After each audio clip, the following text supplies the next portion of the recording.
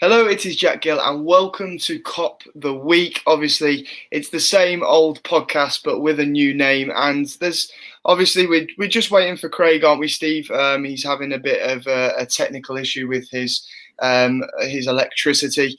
So you're going to have to deal with the Dara without the Dara O'Brien and just have me and Steve for now. But hopefully, Craig will be taking over the hosting duties from me very soon. Steve, I just said to you, these are probably sick of me this week. But how are you? We've not seen you yet this week. You doing Mate, well? I'm sick of you. I've only spent 10 minutes in your company.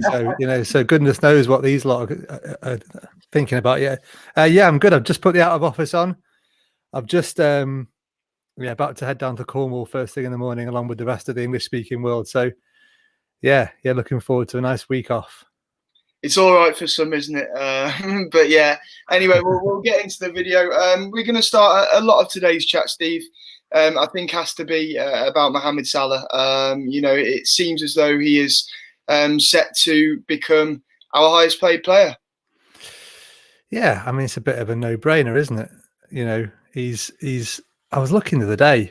Well, I wasn't looking. It was on social media, and I mean, we talk about his numbers a lot, don't we? But when someone kind of puts it down on paper or on social media and just, he's, what is he, like a couple of goals behind Didier Drogba for the highest scoring African player ever in the Premier League, and he's done it in something like 100 games less. He scored the same number of goals as Ronaldo in his time in England in like 100 and something whatever games less.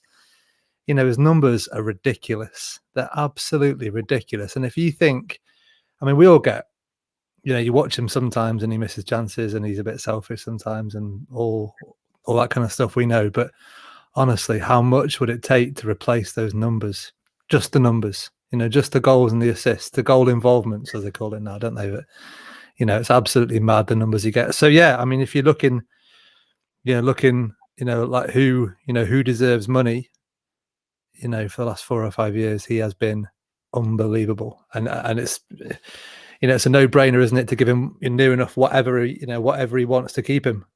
I think as well, Steve, we as a fan base kind of owe Mohamed Salah a bit of an apology for our greed because, a lot of the time over the last couple of years, you constantly see Liverpool fans wanting more, wanting players like Kylian Mbappe coming through the door.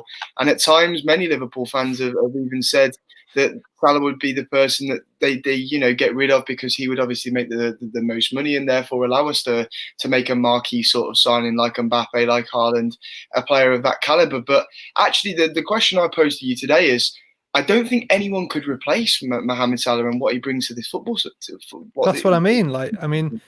Mbappe is obviously, what is he, 6 or 7 years younger, so you're getting, a bit more longevity. But in terms of just the numbers, you're not telling me that he's getting those numbers. Absolutely no way. That's what I mean. It's going to cost you an awful lot of money. And I think you're right, actually. We probably do him an apology because, there's been a bit of a long-held, thought, hasn't there, that maybe he was, using as a bit of a stepping stone, maybe, that he always had eyes on, the next move. And, maybe that's not the case. And maybe we've got him wrong. And he looked, when he scored on the weekend, he looked as happy as he has done, in a while. And at the end of last season, we saw the emotion come out when he scored at Old Trafford, didn't we? And a couple of goals towards the end, we saw real emotion and real passion come out of him. And I think,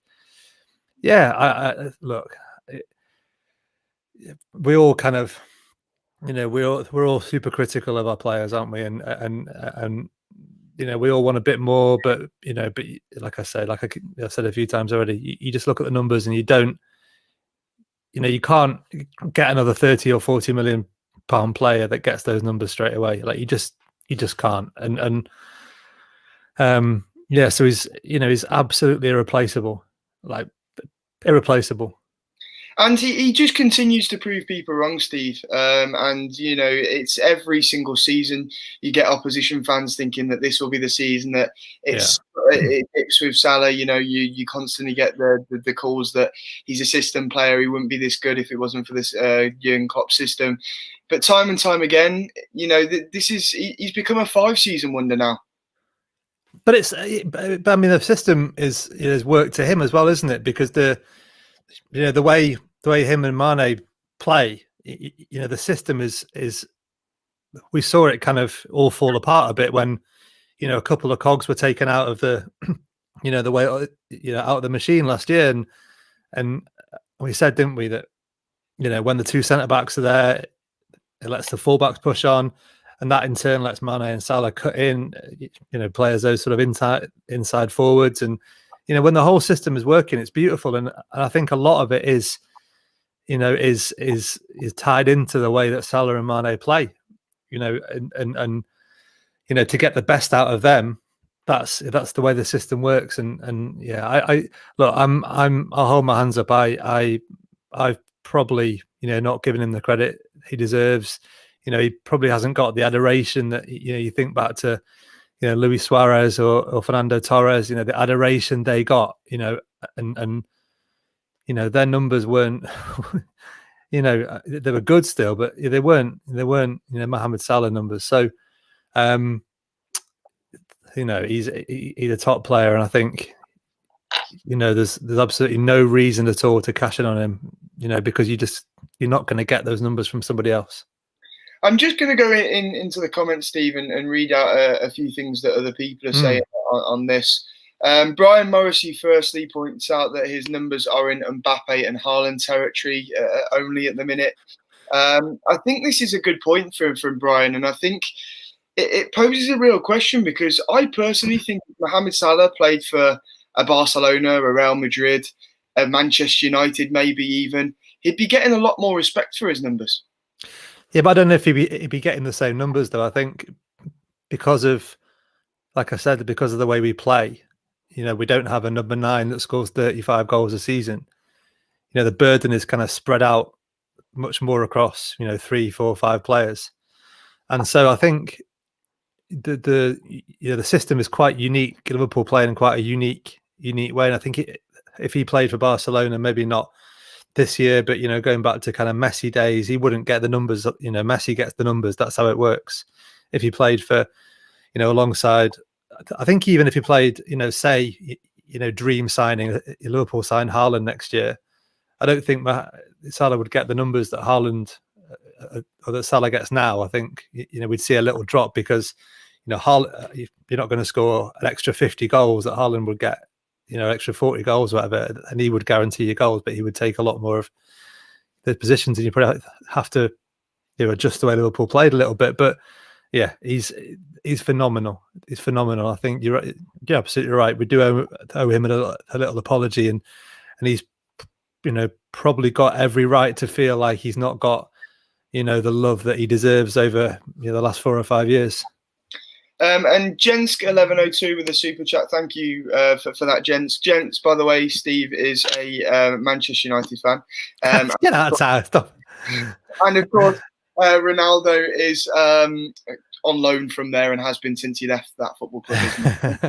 Well, I didn't say that. I said that his numbers in terms of the goals Ronaldo scored in England, we think of him as having a phenomenal time in England, but actually Mo Salah's goals, he scored the same number of goals in a much fewer number of games. So I'm not saying he's better, by any stretch, but I'm just making the point that those numbers are very difficult to replace.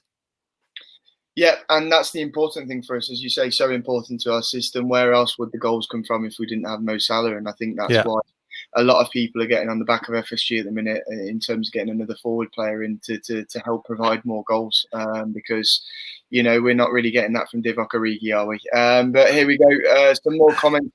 Clay says, true, a salary signing is just as good as a new signing, which, Steve, I happen to think is a very, very good point, because I think in terms of incomings, it's been a disappointing summer. I think anyone can admit that as a Liverpool fan.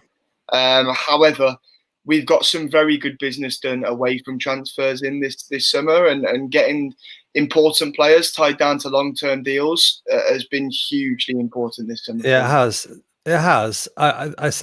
I said last week, I think that it's kind of the business as usual stuff that clubs have to do to a degree. What Liverpool have a bit of a problem with is because we're very good at unearthing a bargain or buying a player just below the top level.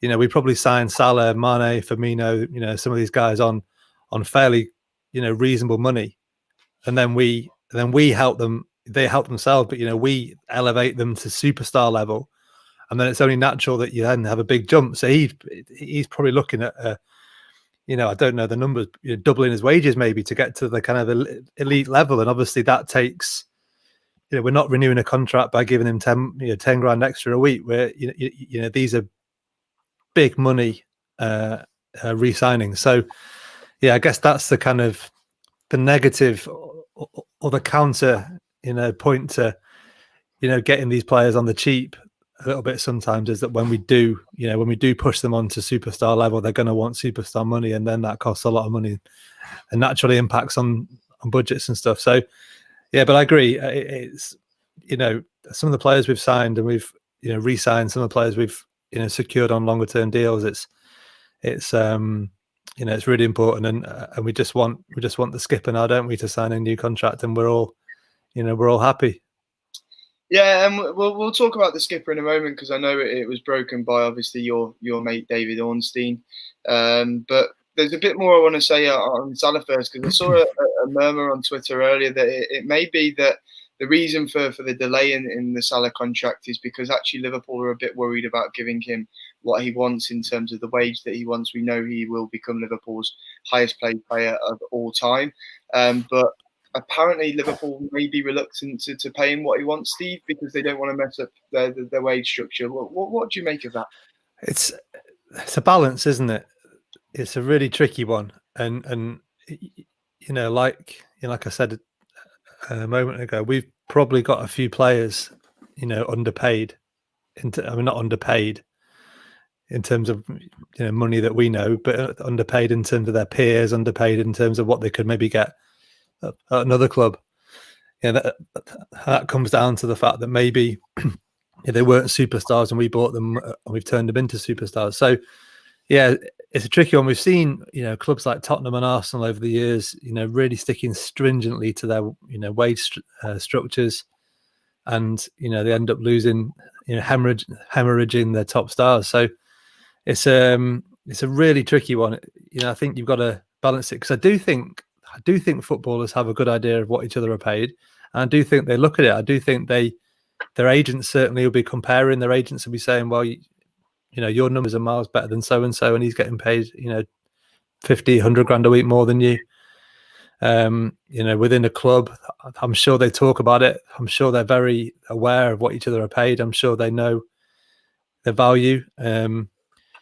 But I'm sure they also appreciate, you know, the value of a player like Mo Salah, and I'm sure they know the stuff that we've been talking about. They know exactly what his numbers are like. They know his value. They know, you know, what he contributes to the team. So yeah, it's a tricky one, but I have faith that they'll, you know, get the balance right. I think anyone that argues with Mo Salah getting the salary that is being suggested, anyone that argues with that should probably give their head a bit of a wobble, because like we've mentioned, you know, the importance to the squad, the importance to the system. No one else in this squad can bring us what he brings. There are little players in world football, certainly ones that cost under 100 million or 30 odd million like he did, that could provide what Mohamed Salah brings, and therefore, yeah, I think he absolutely deserves what he will. That's what I mean, though. If we were to buy the Mo Salah of now, you know, if he played for, you know, whoever, and we went and we bought that player, that's 120 million. Sorry, my dog's making a racket behind me. That's 120 million and 400 grand a week, isn't it? You know, to buy that player.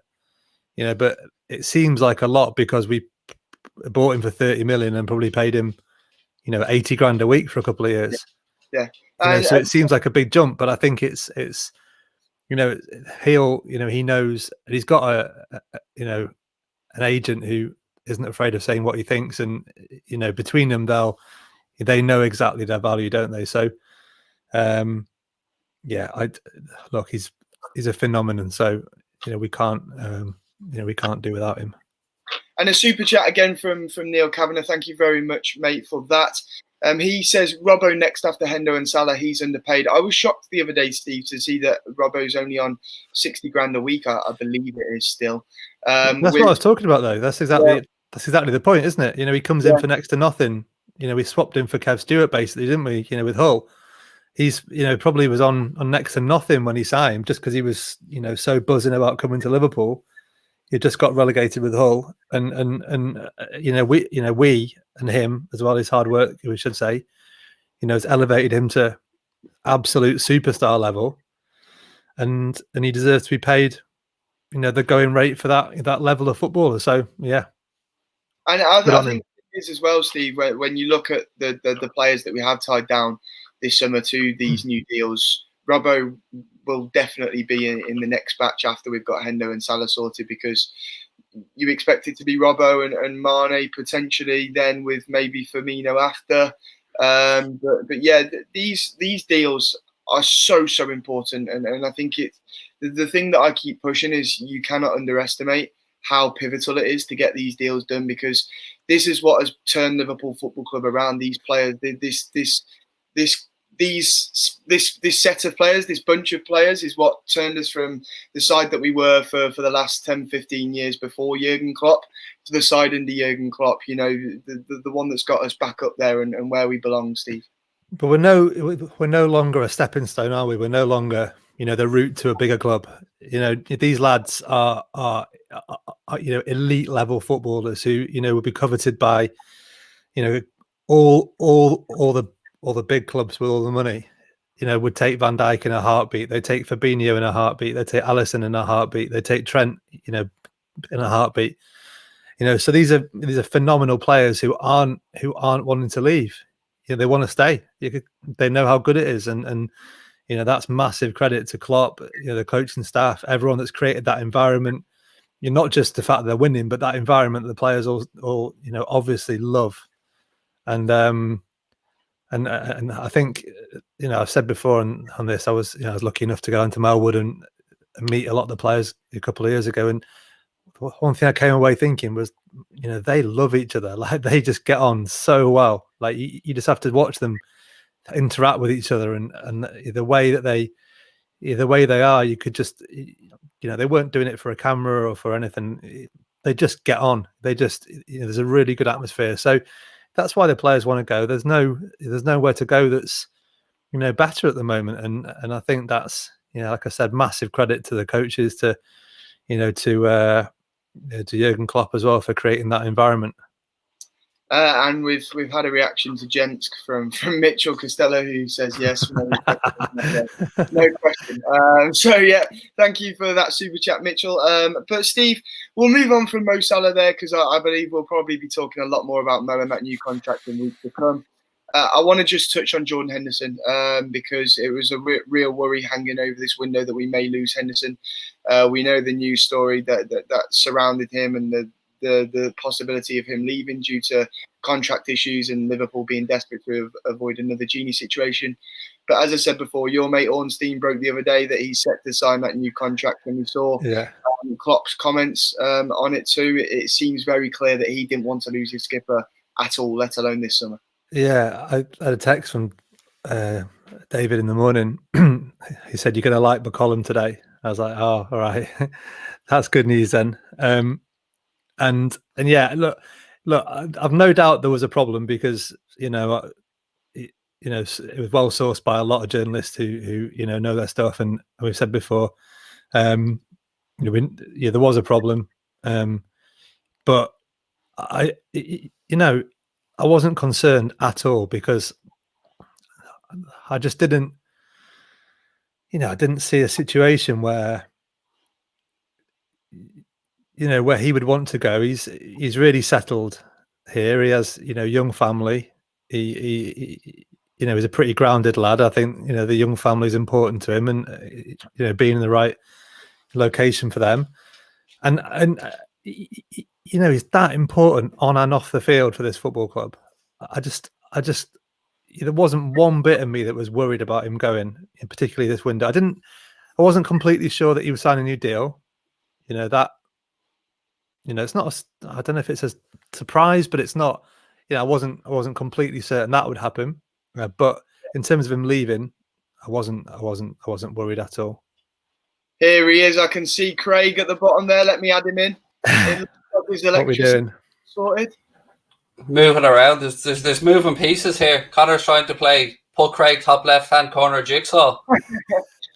Oh, mate, how we doing? Oh, stress. The electricity came back on about 20 minutes ago, but trying to get the router to turn back on and the Wi-Fi to connect was... Don't you worry, pal. We have held the shit manfully. I can see that, yeah. I can see that by the numbers in the top left-hand corner. Oh, look, they're rising because I'm here. It's almost as if I'm a god. No, I'm only joking. I really appreciate it, lads. Sorry for the mess up. That was totally at my end, but whew, I'm relieved to be back because I was missing you fuckers. I won't lie. And listen, Craig, we've already covered off Mo Salah, but we were just getting on to the good news about the skipper. Yeah, Jordan Henderson. It's you always hope that there could be some happy ground there. Now, I don't know if anything is broken, by the way, in the last few hours because I've been offline. But yeah, it's looking like 3 years with an option of a fourth, Steve, from what I've been reading. And I'm sure your mate, Mr. Ornstein, probably been filling you in, maybe. Yeah, that's pretty much what I'm hearing as well. It seems that our manager stepped in to a degree, but I don't. We shouldn't overplay that. I don't think because I don't imagine there's much appetite. I can't imagine the situation where Klopp was like, "No, we have to keep him," and everyone else was saying, "No, let's sell him."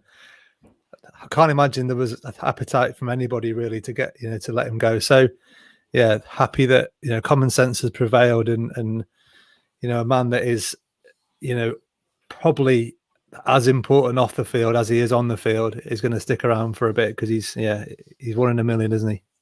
He really is. And we often speak about continuity and stuff, Steve, but the next generation of midfielders, and I said this to Jack, but he might be too young to remember it. I remember Steven Gerrard speaking very candidly about the impact Gary McAllister had on him when he came through as well. And we can't underestimate the impact of a Henderson or a Milner in that dressing room on the Curtis Jones, the Harvey Barnes of this world.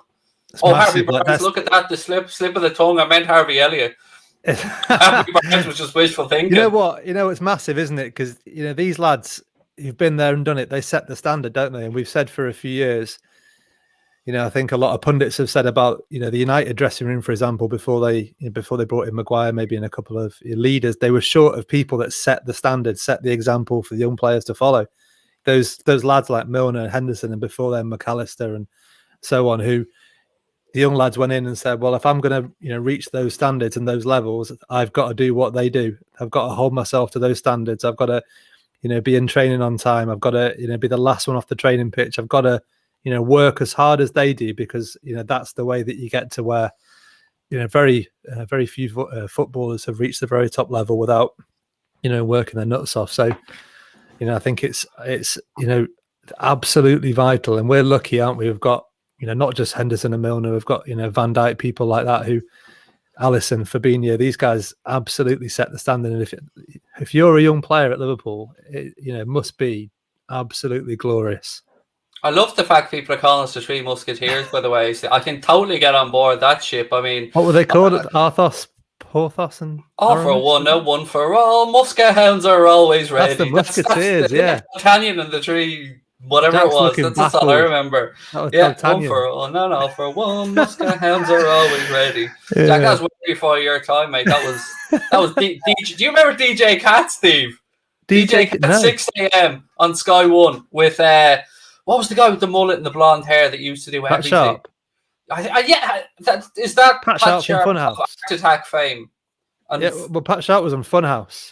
Yeah, fun. Or it was a Fun Factory. No fun. Fun factory. I see it. I don't know, man, but I tell you what, our childhoods are coming in here, and Jack is just going, boomers. I have absolutely no. I had a friend at school on Funhouse, and he was like a celebrity in the school. He came back with a camera for everyone in his class. Oh, that'd be a legendary move right there. Camera for everybody in the class. Thank you so much, Adam. That's really kind of you. Love the shows. Craig, Jack, and you guys make my morning lockdown fun listening. Sorry you're in lockdown, or if you were in lockdown, mate, but glad we helped in some small way. What have we covered? I'm sure that we've jumped on board the choo-choo train a couple of times already, but, if we talked about the countdown clock of the countdown clock of catastrophe, as I'm now going to call it, between now and the end of the transfer window. I saw something in the comments about here we go. I'll put it on screen. Bosco! Oh, Bosco! That's a very Irish thing, by the way. He's a very famous Irish puppet. Not made it over here. Zig and Zag did, though. Zig and Zag made it over to you guys from Ireland, and I won a moped on a show Zig and Zag did before. Wow. Yeah, I had to sit on it and go from beep beep like a gobshite as well. I'm tripping here. I'm out of depth. I have no fucking idea. Right, come on, back in on the football. Jack, back in on the football. Jack, can we sign Robert Lewandowski? Well, one question before that, Jack. One question for Steve. Now, you're about my age, mate. Here was the question. Here was the big moment. It was the shitter get off the pot moment for me to win this moped. Name the Irish band that collaborated with Chicane on the song Saltwater. That was the question. I'll never forget it. Oh, Saltwater was that was like a dancey thing, wasn't it? Yeah, but it had it was a very Irish, traditional Irish. Oh, was it? I don't know. I still swear to this day, by the way, that he told me the answer, even though he didn't, because there was a countdown clock, and when it got to 1, I screamed the word out, and I still to this day don't know where it came from. Who is it? Bewitched. Planet was the name of the band, but yeah. Oh. Still to this day, don't know where the answer came from. I think he telepathically gave it to me or something. But never even heard of it. I've heard of the song, but never heard of them. There you go. Jack, are we signing Lewandowski? What's the story? He wants to move on, apparently, and a mere €100 million. Yeah, that's what I was going to say. You know, I don't want to see comments like this because, you know, if you want Lewandowski, who is going to be 33 next week for €100 million, let alone if you think FSG would do that, then you need to become a Churchill, you know, nodding dog in the back of a car, because you need to give your head a permanent wobble. Because for me, it's something that we wouldn't do, we shouldn't do, and would just be everything that nobody in football should be doing at the minute, because things like that is how you end up like Barcelona have done. Yeah, I totally agree. I think you've nailed it. It all comes from, of course, two things today. Lewandowski saying he'd like another challenge after Bayern Munich, and Klopp saying that Lewandowski is probably the best player he's ever worked with. I mean, in a day where two of those stories come out at once, you can see, Steve, where the connections start to come from. Well, I mean, you can see where the connection comes from. Like, I can't see where the reality is, but I don't imagine there's even...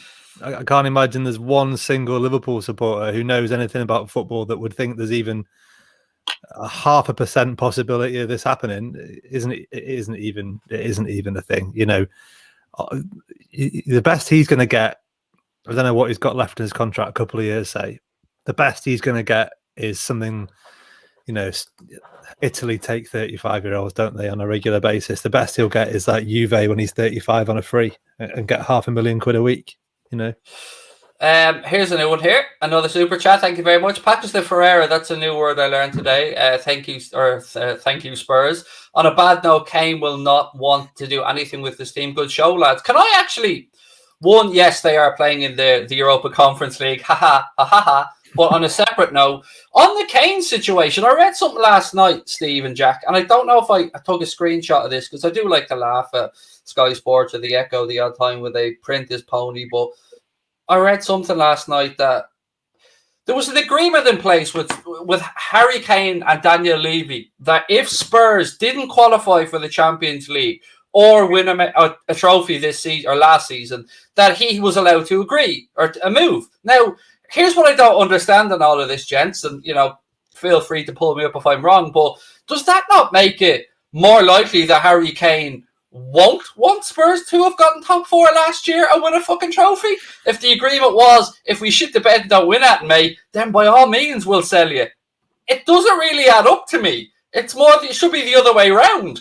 If we do win something, we'll reward you by letting you go. The fact that Daniel Levy seems to be saying to Harry Kane, yeah, if we shit the bed this season, mate, you know what, we'll reward you with a move away because you will have earned it by all that letting us down that you did by not leading us to a trophy. It doesn't add up. I think he's absolutely stupid. And, you know, for someone that thinks the decision of making him England captain over Henderson was ludicrous, he's proved me right this summer because, you know, he signed a new deal last summer, Harry Kane. and you know he's going off 6-year deal as well. Yeah, a 6-year deal. And here it is. Sorry, Jack. Let me just read the exact out. It actually comes from the Daily Telegraph, so my apologies there to Sky Sports and the Echo. It says, Harry Kane has thrown down the gauntlet to Daniel Levy to make good on an understanding he could leave Tottenham Hotspur if the club failed to win a trophy or finished outside the top 4 last season. Again, it just seems weird. And that's what I mean. He signed a 6-year deal and he's kicking off and trying to force Spurs to sell over a gentleman's agreement. Why didn't you put it in the contract? It makes no. But they exist. They exist everywhere. These the gentleman's agreements exist all over the place. All over the place. Like I know Jack Grealish had a clause, but that was basically a gentleman's agreement. Like they happen. I think they happen extremely regularly. I do agree with you that he's an idiot for signing a 6-year deal, and he hasn't covered himself in any glory whatsoever. But he knows that Spurs are 3, 4, 5 years away from doing anything at all, and the rest, anything at all, aren't they? They're 5 or 6 good players away from even getting top 4 again. Yeah, I'd say they're a good 55 years away from doing anything. To be honest, he's 28, 29, and he knows. He knows this is it. This is his only chance, and he knows that City have got buckets of cash and no centre forward. Unfortunately for him, Daniel Levy is a different animal when it comes to negotiating, isn't he? He's right up there. I will put Levy right up there at the top of the tree of doing what Daniel Levy wants. Yeah, no, he knows how to get a good deal for Tottenham, doesn't he? And he's done it. Over the years, no one has left Tottenham for you don't get a bargain shopping at Tottenham, do you? You just don't. And but yeah, I can see both sides. I can see both sides of the Harry Kane. I can absolutely understand why Kane wants to go. Not be a Matt Letizia. I can absolutely understand that. I can see why he wants to go, but I can also see exactly why Tottenham feel they're absolutely within their rights to dig their heels in and want the going right. If they got 100, 120 million, have they got time to replace him now in the window, or replace him with 2 or 3? Probably not. We've seen how hard it is to get it right when you do have that type of money. I mean, fair play to Villa. I think and the way Christian Purslow explained everything, I think it's not something I'd like to see regularly done, but because of the exceptional nature of Jack Grealish's relationship to that club and what it meant to them to lose him and replace him, I thought what Christian Purslow said was magnificent. But in Kane's one, I don't have as much sympathy for him. I really don't, because he rushed himself back for a Champions League final he wasn't ready for, which impacted his team. Let's be honest about it. And whatever the media say about Harry Kane, I think that Harry Kane is an extremely selfish guy. And that isn't necessarily a bad thing. It's just my view of him is that he comes before anything else. Yeah, but I think, footballers are like that, aren't they, in general? I think, generally they are. And we were talking before you came on about Mo Salah and what it would cost to buy him if we're buying him now because of his numbers, and similar kind of argument applies to Kane as well. How much have you got to pay in the current market to buy near enough guaranteed 30 league goals a season? He'll guarantee you 25 to 30 league goals a season. That's absolutely invaluable, and especially because he's got 4 or 5 years left of a massive contract. Yeah, he isn't going. I heard Melissa Reddy on 5 Live this morning saying that Tottenham, set the price at 200 mil. City have gone in at 120. Tottenham are hoping they can get 170, 180, and they're quite willing to stick it out unless they do. On this comment here from Oliver, if there was a signed gentleman's agreement, mate, I think you'd have far better footing to stand on, because I think we'd have seen it made public by now. I think it's just a handshake and a nod agreement in this case. I think he's very unhappy, though, that it's not, he feels, I think this is what Melissa was saying this morning, he feels very, very strongly that it's basically being ignored. This agreement that he had. But, what kind of agreement we're talking about, who knows? I think he's probably shaken on an agreement, not realising how much Daniel Levy wanted for him. And as Craig pointed out before, he doesn't take anything less than what he wants, Levy. And I wondered if 150 million. I think part of the problem is I think City would like to do a player plus cash deal, but who in their right mind from Manchester City would want to join Spurs? Like the players that they'll be offering, like Laporte, Sterling, neither of those are going to want to go to Tottenham. They're bigger than that club as well. So yeah, nor could Spurs afford their wages probably. Yeah, absolutely. So it becomes very well. It becomes pretty near impossible for this deal to happen, especially in the same way as City spent so much on Grealish. Here's where I get confused, Steve. So Melissa Reddy, who's one of my favourite journalists, has said that let's say the price is set at 200 million and the offer is 120. If I'm Manchester City and I'm looking around, why don't they just go and buy Haaland? I mean, I don't understand the obsession with Harry Kane. I understand you're guaranteed the goals. I understand it's a play for the Champions League. But if you're looking to become a sustainable club and you're looking to sort yourselves out for the future, at that kind of money, it's a no-brainer to me. There might be something. There might be something in the homegrown numbers or something in that. I don't know. I mean, Haaland's a absolute phenomenon, isn't he? I mean, whatever you pay for Haaland, you seen they've somehow managed to up his release fee? There's talk of that being, depending on where Dortmund finish, that could be upped by 12.3 million quid. How they've managed to do that, I don't know. Anything short of 200 mil is an absolute snip for him, isn't it? He is just a goal machine, and he'll be that way for the next 12 or 13 years. Absolutely, it's very interesting. Did you guys see the link? So we know Barcelona want Pierre-Emerick Aubameyang. We've all seen that in the media, but they basically cannot give away Felipe Coutinho now. They're trying to give Coutinho to Arsenal for a 30-something-year-old Aubameyang who hasn't really done much since he signed that new Arsenal contract. They really, really, really have just become a banter club, both of them. And I'm a Barca fan, by the way. I've heard due to money issues that they're actually changing their name to FC Barcelona. And the really scary thing is, mate, is like they're owned by the socios. They're owned by the fans. They just have El Presidente sitting up there, but the socios own the club. They are owned by members. And imagine the fume you're feeling right now, Steve, if you're a member of FC Barcelona and you're seeing what's going on there at the minute, and the fact that they will probably have to almost give away Coutinho and Griezmann and pay them off, because nobody else is going to pay Antoine Griezmann's 800 odd grand a week or Coutinho's 400 odd grand a week salaries. And that's before we even touch on Dembele. But they've got, Martin Brathwaite though, haven't they? So, he's probably done more for them, to be fair, than Dembele. Yeah, to be fair. I mean, yeah, it's a really interesting one. They've still got some cracking players, haven't they? But yeah, absolutely broke. And again, we come back to that.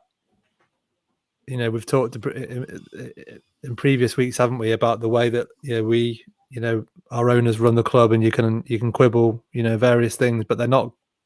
I don't get the impression they'd ever let that happen. They would never get to a point where they just paid out those ridiculous amount of money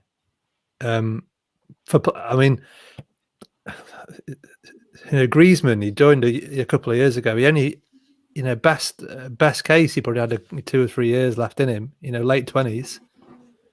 100 mil. Dembele, they paid like nearly 300 million for Dembele and Coutinho. I mean, we talk about Daniel Levy being a good negotiator. That money for Coutinho was just ridiculous, wasn't it? Look at this gobshite.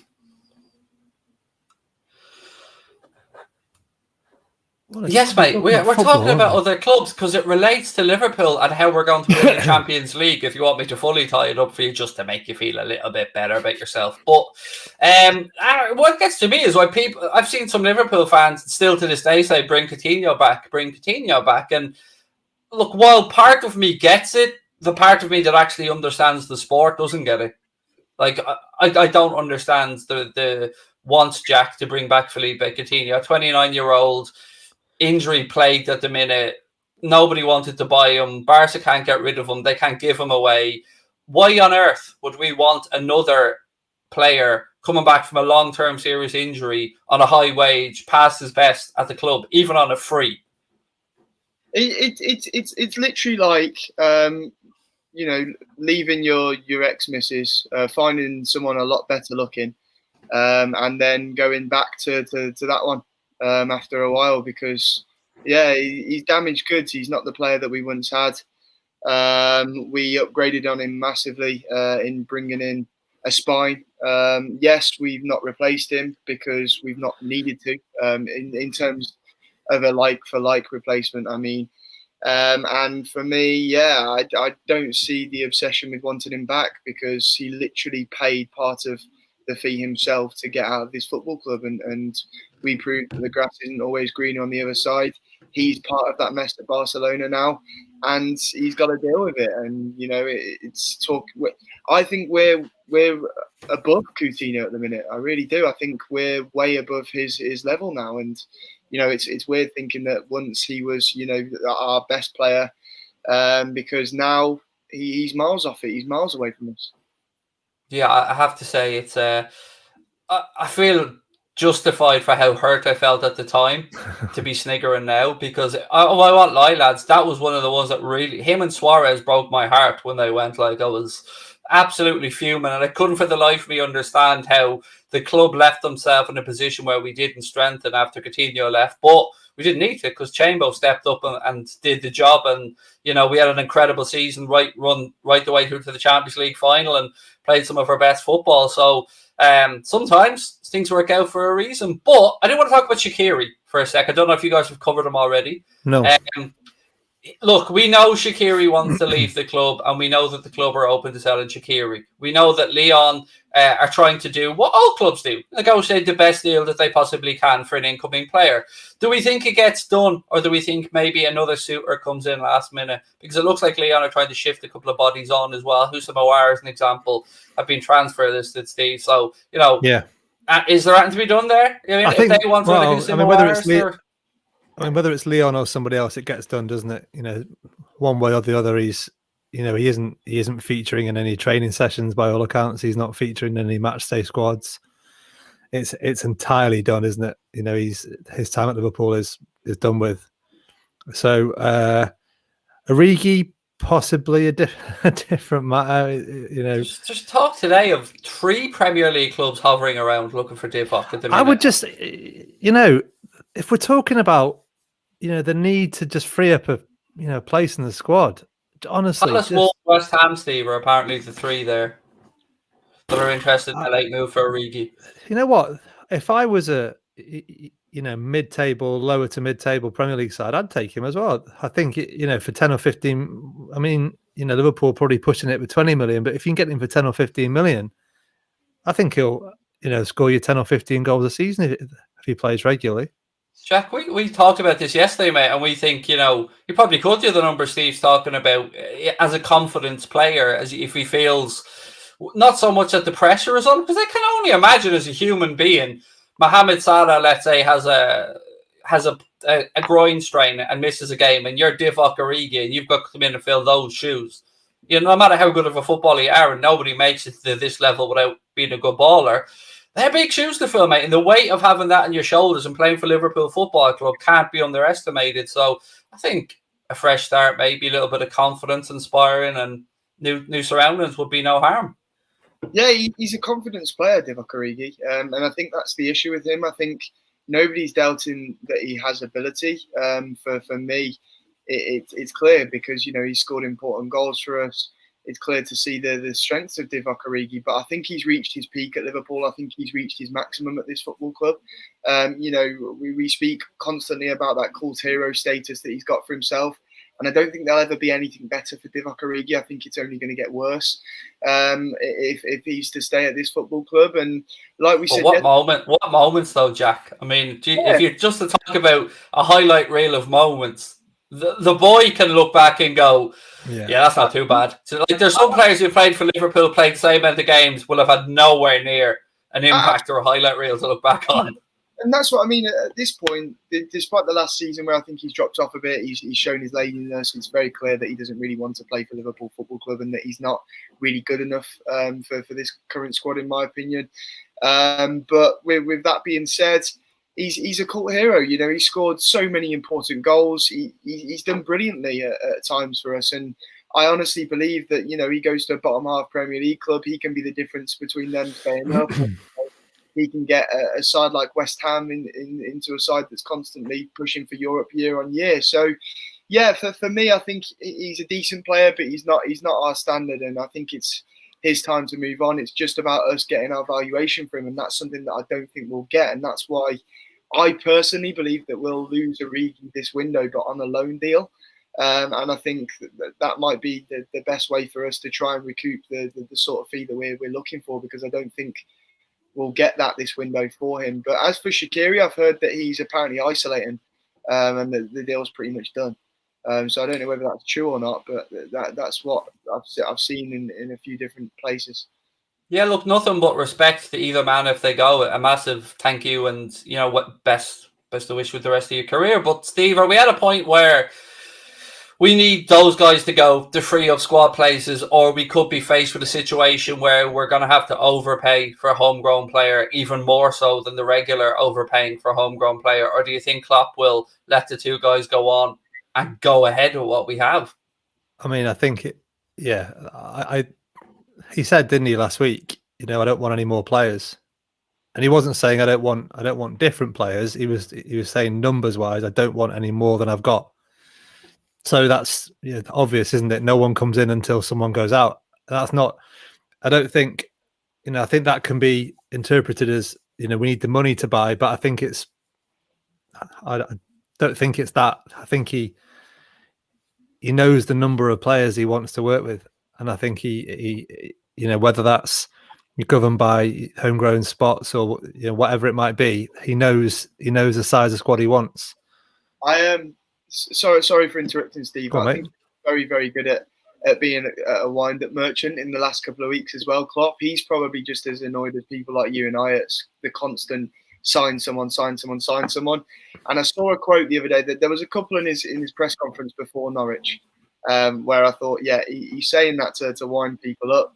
But there was one that I saw on Twitter yesterday where he said that, because obviously Ben Woodburn's wanted by Hearts, it's apparently more or less done, but it won't be done till late in the window because Klopp has said that he might need him against Arsenal and Chelsea. So I think he's doing very, very well at winding a lot of the Liverpool fans that are pressuring us to try and sign someone at the minute. I think he's doing that very well. But yeah, I'm convinced, lads. I'm absolutely convinced that we will see at least one player coming into Liverpool before the end of the window. I just think that it's whether we will be forced to get a homegrown player because we can't get anyone out other than people like Ben Woodburn and stuff like that, and we can't shift Shaqiri or Origi, sorry, and or whether we end up with someone like Jeremy Doku because we've got non-homegrown players shifted like Shaqiri, like Origi, and players like that.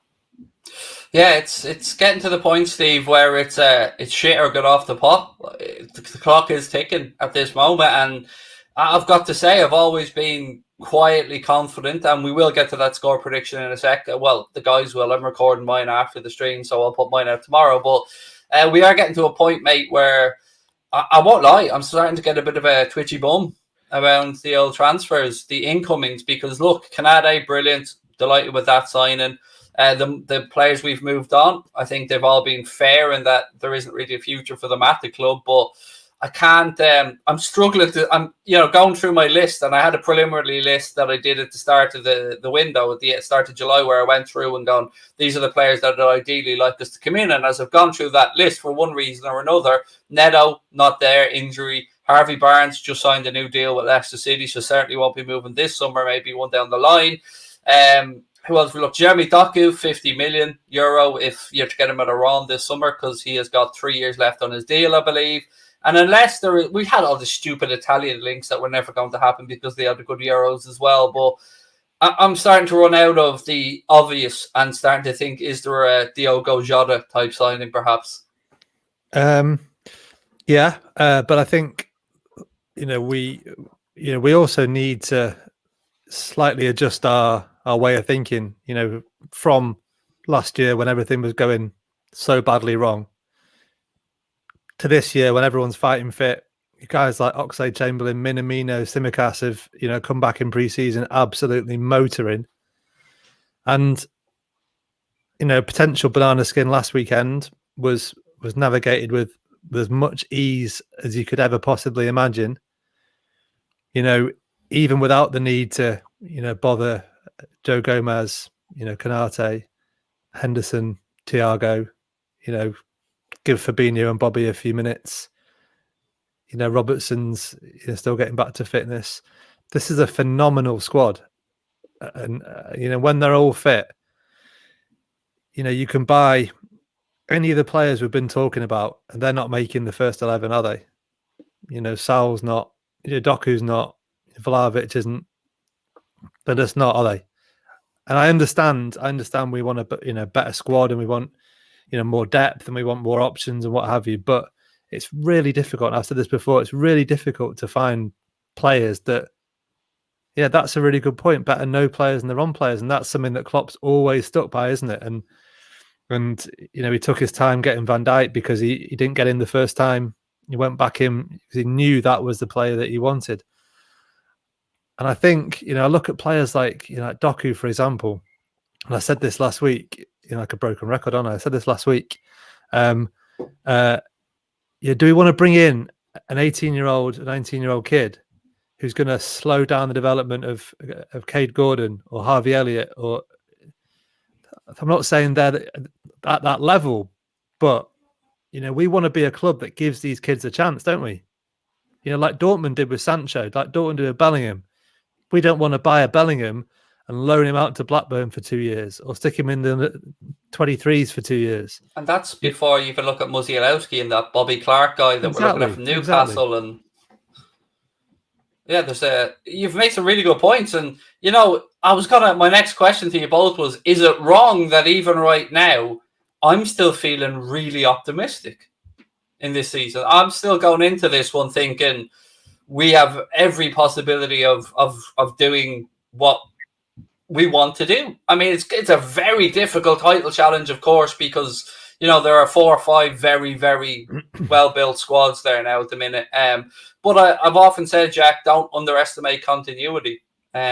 Continuity is what won that Italian team the Euros. Continuity is what, you know, has built Jurgen Klopp teams before. These guys are on the same wavelength. They know what runs are going to be made. They know what to expect from each other. The buzz and the vibe around the camp is phenomenal.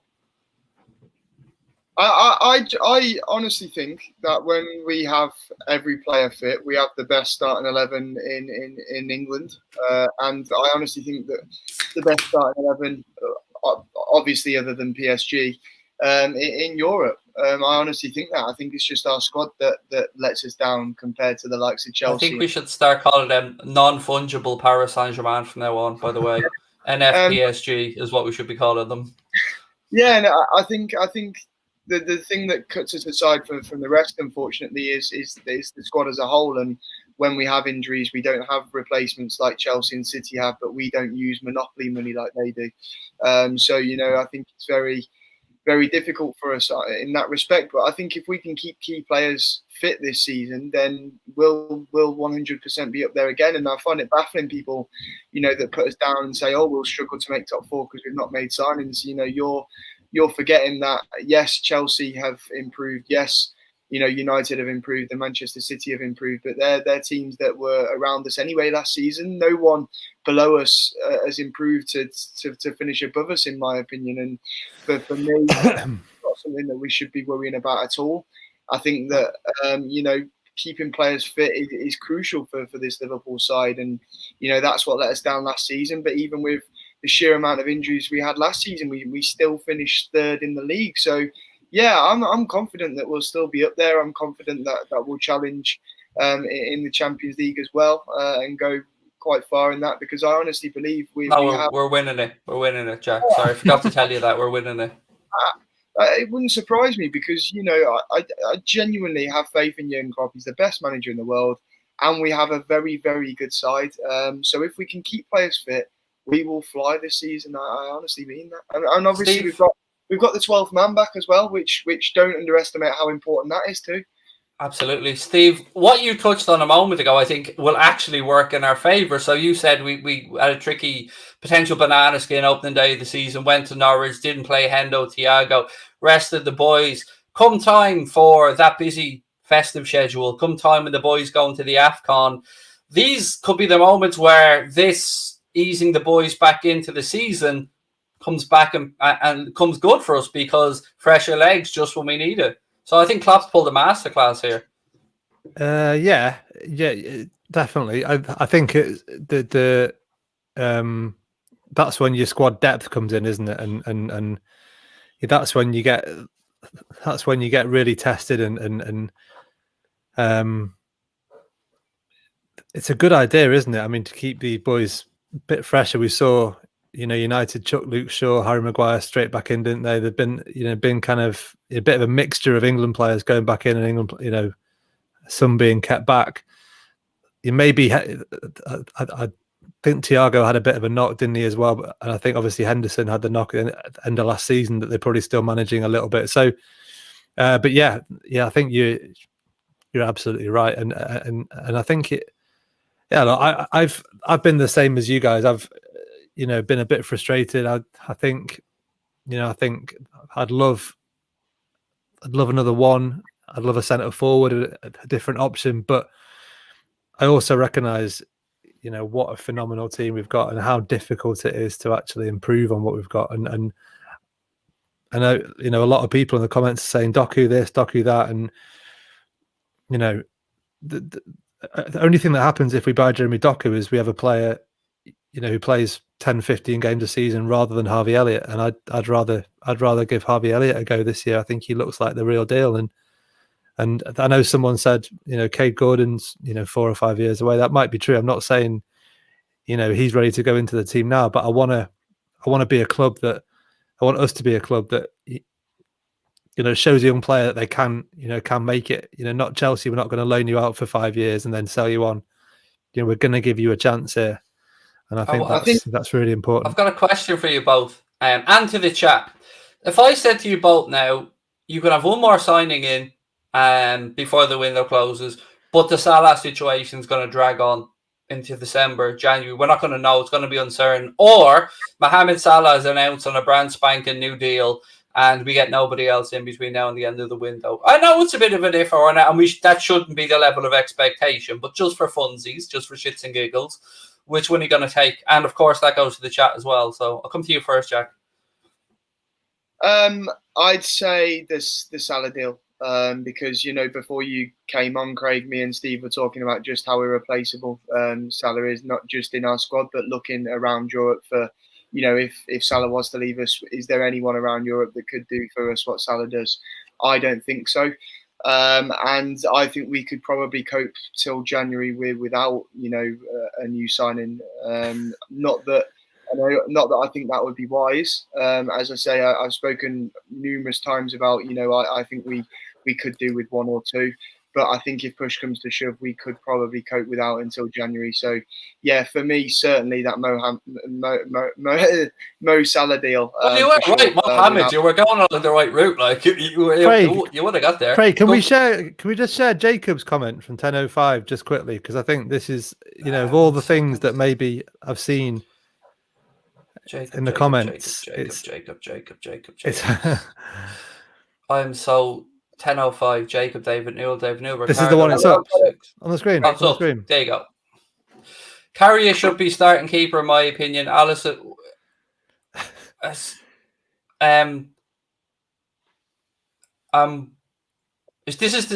haven't signed the new Carriers or anything, have we? Like, this is the same Loris Carriers we're talking about. Like, this isn't. Bless you, Jacob. Bless you. I want to get a spoon and gouge my eyeballs out after eating that. Is that too far? I don't even have a put down in me, mate, to come back with. I'm genuinely astonished. It has to be a wind-up. I don't think you can argue with those levels of logic and intelligence. It's you've got me there, Jacob, mate. You've won. I've nothing to say for once. I don't have any comeback to that whatsoever. Dear. Hey, listen, I agree with Jack. He'd take the Salah certainty, wouldn't you, over the uncertainty around him, because that's it. impacting his performances, and he's that important. So I think, yeah, absolutely agree. I like this one here. Let me just try and find this one and pull it back up on the screen. 1 second. Maybe it's a newer one that hasn't come in yet. 1 sec. Somebody said, where's your comment gone? Nope, not that one. God, it's tough to find these supers. There, this one. I'd rather Mo Salah this season than Messi, Ronaldo, or Neymar. You agree? Yes. I'm no joking. Yes. I agree. Messi, Ronaldo, Neymar. Yeah, of those three, I'm having Mo on top of those three for this season. He's tried and trusted. He suits our system. We know what he brings. He's consistently in and around the Golden Boot every single bloody season, and opposition fans still won't recognise how good he is. And for me, yeah, he's irreplaceable. He really is. And Craig, you missed it before, but me and Steve were saying that as a fan base, we kind of owe him an apology because I feel as though we've been greedy, and at times we've even said that we'd sell Mohamed Salah. You better pray Rami Abbas isn't watching this stream, mate, because he'll be tweeting. Oh, he'll be all over this. Even the big boys are saying it now. Mohamed Salah underrated. Are you watching John Henry? Where's the contract? No, but Jack's absolutely right, and this is a lot of what we were saying before you come on, Craig. That I think we've all kind of presumed that maybe he's using Liverpool as a stepping stone. Maybe it's been said, he sort of does it, likes to do it himself. Is he a team player? Is he happy? Does he look happy? Is he smiling? I think we owe him a big apology because, he doesn't really want to leave, does he? And he likes it here, and he's happy, and he's scoring goals, and his numbers are ridiculous. So that assist for Bobby gives the lad what he wants. Was brilliant, wasn't it? Like that was just blink of the eye stuff, like spotted Bobby, bang, ball across. And do you know what? That's what I think is really underappreciated about Mohamed Salah, because the media sort of paint him as this selfish player who is a diver and all this, but what nobody talks about is how unselfish he can be at times as well. And at the end of the day, he's a top class finisher. That's what Mohamed Salah is, and he's brought so many goals to us. But when he is at the top of his game is when he's also got that eye for what he did at the weekend too, when he can pick out Firmino in that instance rather than going for goal himself. He'd not scored yet in that game. It was very easy for him to just go for goal himself. But instead, no, he thought, you know what, let's double our lead here. Let me find Firmino. Let's get a certain goal. And, that's something that I don't think is spoken about with Mohamed Salah enough, because he's just, rather than me saying like I did before, he's a world-class finisher, he's just world-class. He really, really is. There has to be a conversation, gents, when, look, call me going big here, but there has to be a conversation. If Mohamed Salah signs a new deal, finishes another 4 or 5 years at Liverpool, lifts another couple of trophies, he'll have to be in the conversation for all-time greatest at the club. I know this is a big shout, but that's how underrated I think he is. If you look at the numbers, the statistics, what we hopefully will have won by then, I mean, he has to be up there. I mean, yes, you've got King Kenny. Yes, you've got Graham Souness, of course. You've got Gerrard. You've got Phil Neal. You've got legends throughout the club, but we can't overlook the fact that he is probably the best foreign player Liverpool have brought to the club, or it's certainly up there as one of the best foreign players. I wondered if you're going to land on best foreign player. It's I mean, look, this is kind of what we were saying before, that he's never had the same levels of adoration. I mean, when the first 2 years of Fernando Torres, the guy was just adored, wasn't he? Just absolutely adored. Luis Suarez, when he was in his prime, was just idolized. And he's never kind of had that. I don't really know why. You can't really explain it, because is it because maybe it's because he looks like he sulks a bit sometimes. He looks a bit sullen. There was a season, wasn't there? I remember him scored a hat-trick at Bournemouth. Is it because he's too nice, Steve? Sweet, so, I know that sounds bad, but is it because he's too nice? I don't know. I don't know what it is. Sometimes fans warm to a player, don't they? And other times they don't. But I mean, look, he is phenomenal. I'll tell you what it is. For me, it's simple. I think it's because you go back and the players you mentioned then, when we had individuals, Suarez, Torres, Gerrard, this is the best team we've had in my lifetime, and that's why I think, you know, he's not given the level of respect that Torres and Suarez got, because then they were just they outshone everyone else in the squad. Gerrard too, of course, he was the best player we had for years and years and years. Whereas, you know, not only now do we have Salah, but we have Van Dijk as well. We have Mane too. We have, you know, Fabinho, Trent.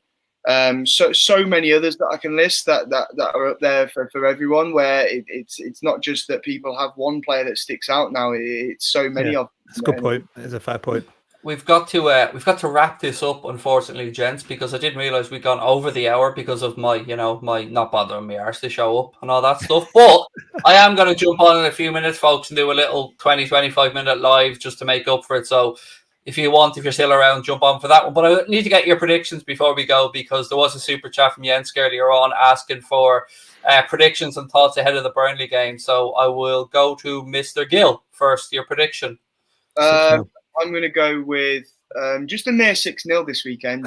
I think Salah's going to get a hat-trick. I think we're going to see a Trent free kick.